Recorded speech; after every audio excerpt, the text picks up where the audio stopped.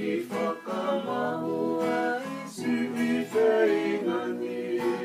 puri ai a mui ki hatau whaahimani mai le whihi e pia mosi wiri ko tapu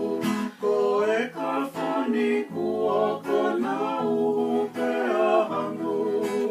pe pe au tau o e me taku taku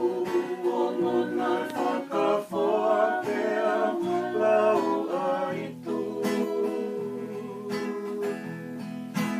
me uno whope au si whakaamua ke u whakawhoki e taimi o nā tula ke u toe si o whia si o nā o whawhonga si o ne tarika ke mole o tisia tumu he hala whanonga hala loto hapi a musi o ame maholo a whongani ai tawana ai amanga ulahi lolo hala e malu pe tari a mai mai le whihi e te mosi wiri ko tapu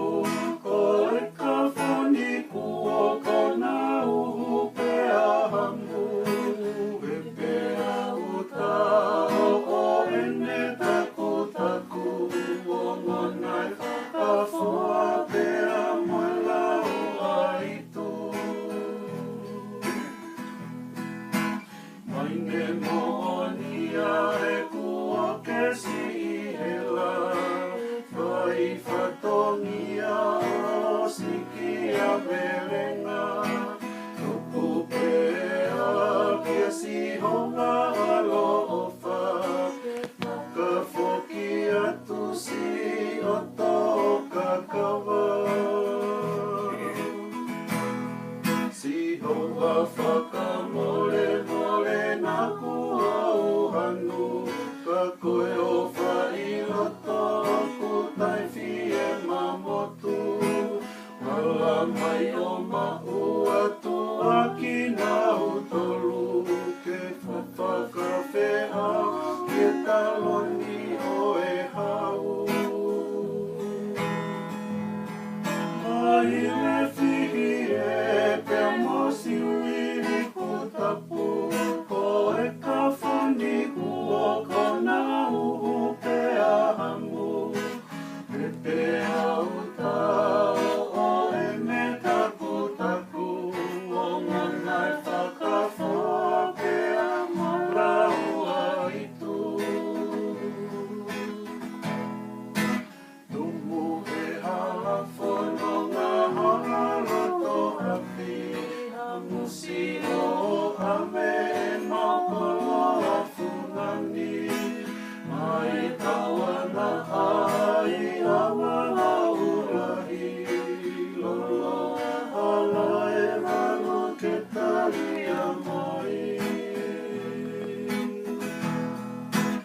mai ne moonia e kua kesi i hela e whai whatongia o siki a verenga tuku pea kia si honga alo o wha ke whakawhoki atu si o tō kakawa si honga whakamole mole nā kua uhanu koe o whai loto ku tai whie mamotu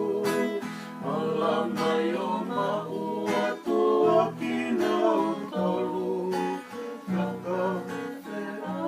ki taloni o e hau mai le whihi e pia mosi